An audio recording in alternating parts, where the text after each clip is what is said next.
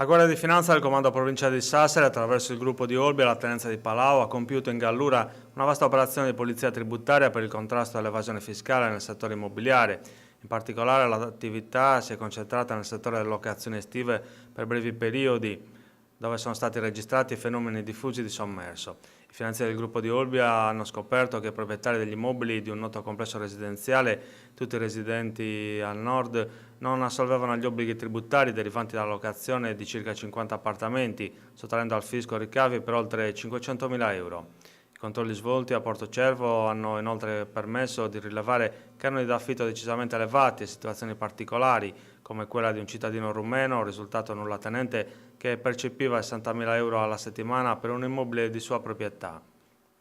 Le Fiamme Gialle di Palau invece hanno scoperto l'allocazione di immobili di pregio non comunicati in alcun modo al fisco per un importo complessivo di 200.000 euro.